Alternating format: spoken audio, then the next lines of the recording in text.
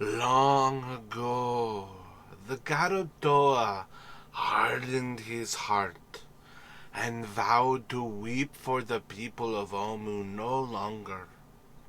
The rain stopped, the jungle withered and died, and death swept through Omu.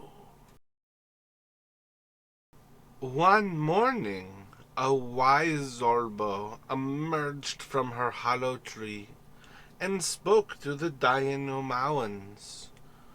To convince Ubtoa of their worth, she decided to cook him a stew from all of their good qualities. Catching such virtues would not be easy, so she asked the wily ALMIRAJ to help her. The ALMIRAJ snuck recklessness into the pot, which she saw as a virtue, and Ubtoa spat out the stew when he tasted it. From that day on, Obalako the Zorbo and Ijin the ALMIRAJ became terrible enemies. At noon, a brave KAMADAN hopped down from her rock. She saw the evil in the Omawans' hearts and decided to lance it like a troublesome boil. The KAMADAN fashioned a holy spear, but she left it by the riverbank, and the crafty GRUNG stole it. In her rage, Shigambi the KAMADAN forgot all about the Omawans and chased Nangnang the GRUNG forever across the sky. When evening came, a wily IBLIS stepped from his reed hut. He didn't like the Omawans, but without them, he'd have no one to play his tricks on.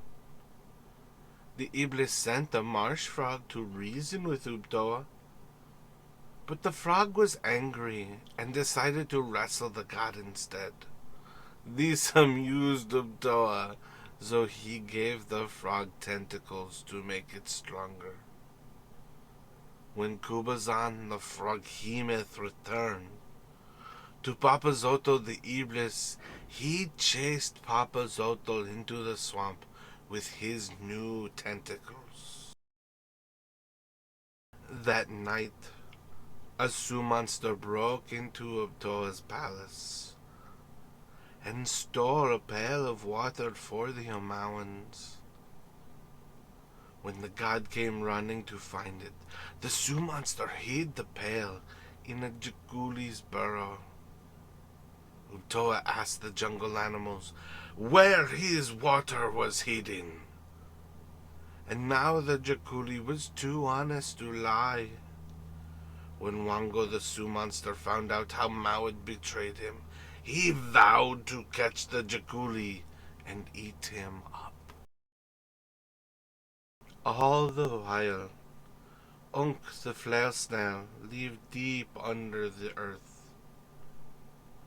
The noise of the other animals fighting made her slither up to the surface, and when day dawned over her shell, the light blinded Ubtoa and made his eyes water. Life had returned to Omu, and the people built shrines to honor the animals who saved them.